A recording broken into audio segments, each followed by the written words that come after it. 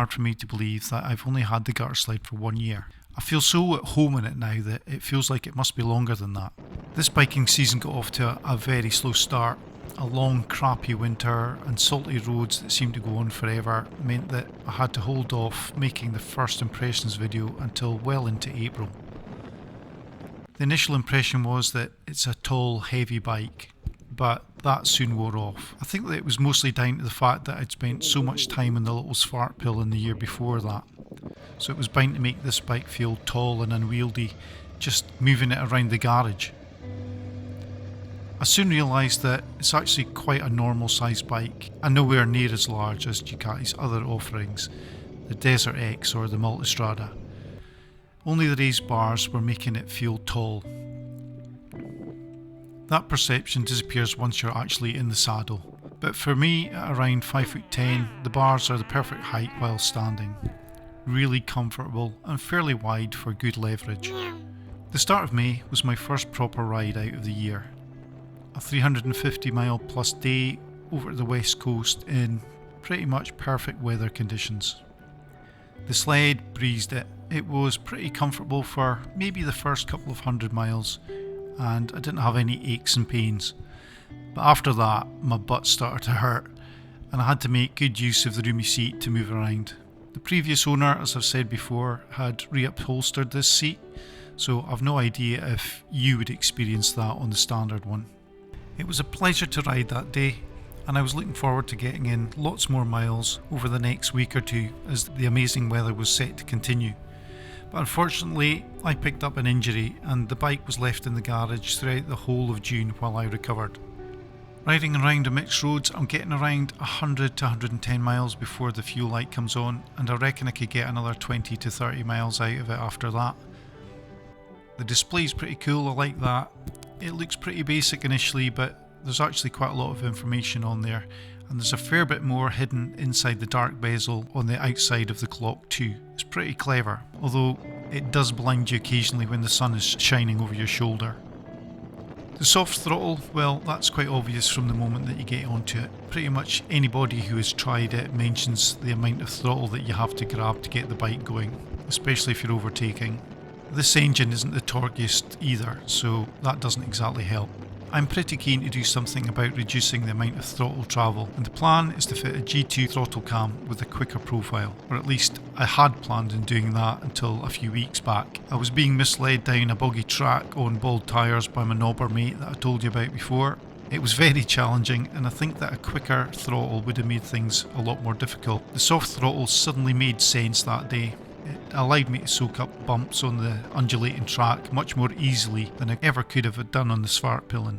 And the extra bar height and suspension travel meant that I was able to stand and could get myself deeper into the doo-doo than ever before. But that's only around 1% of my riding over a season, so the cam will most likely get the go-ahead.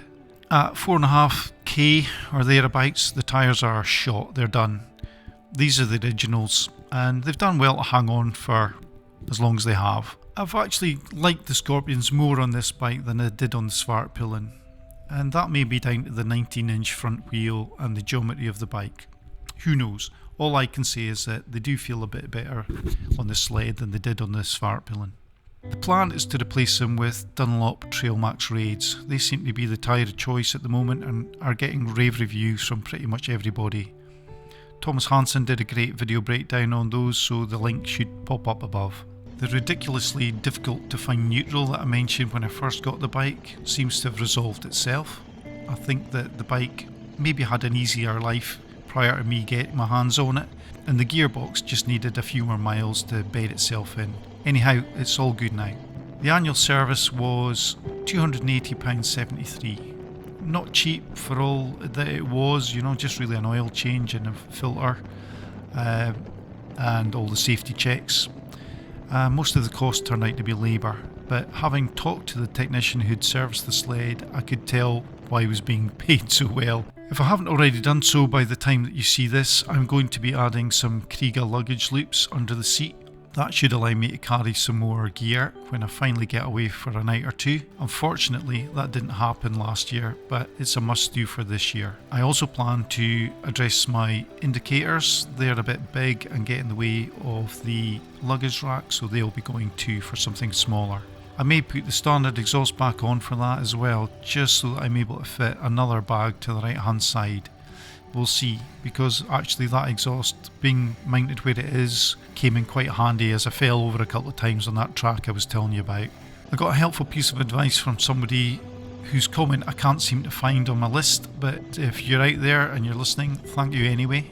They had noticed me doing the adventurous mount and dismount, standing on the foot pegs to get on and off the bike, and they advised me that due to the way that Ducati mount the kickstand to the bike, it wasn't a good idea as I could cause that to fail. So I've taken that on board. So if you see me doing that on any videos from now on, they're probably recorded before he got in touch.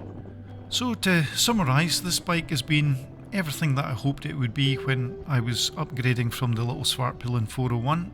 It does everything just a little bit better.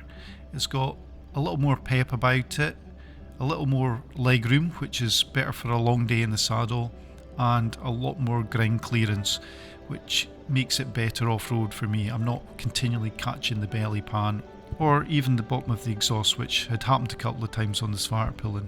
I've bought a bike that can do most things pretty well and straddles a few disciplines without being pigeonholed into any particular one. I can commute, go for a coffee, ride all day on A roads or on back roads, and it feels pretty much at home on all of them. Ducati may well have a new sled on the way, but at the moment I don't feel the need to swap this bike for anything else. So that's year one wrapped up. Hopefully year two goes a little better, I stay injury free, and we get weather that's more conducive to riding motorcycles. Thanks for hanging in there and watching the channel, I do appreciate it. And if you haven't liked or subscribed before now and you've watched a couple of videos, do me a favour, hit the button, it doesn't cost you anything, and I'll see you in the next one.